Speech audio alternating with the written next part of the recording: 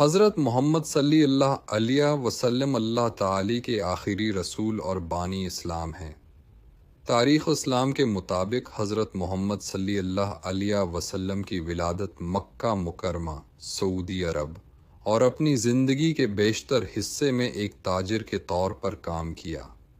تاہم 40 سال کی عمر میں نبی اکرم صلی اللہ علیہ وسلم کے اندر ایک روشنی پھوٹ پڑی، جس نے انہیں اللہ تعالی کے بارے میں جوابات کی تلاش شروع کر دی۔ اس وقت حضرت محمد صلی اللہ علیہ وسلم غار حرا کے اندر پہلی وحی نازل ہوئی اور پیغمبر اسلام سسس اور قرآن پاک کے دائی قرار دیا گیا۔ تب سے اللہ کے رسول صلی اللہ علیہ وسلم نے اسلام اور اللہ کے پیغام کو پھیلانے کو اپنی زندگی کا مشن بنا لیا۔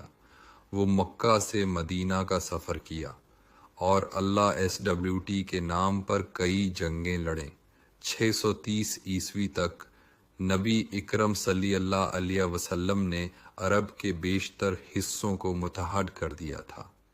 اللہ کے رسول صلی اللہ علیہ وسلم دنیا بھر کے مسلمانوں کے لیے ایک مثال ہیں۔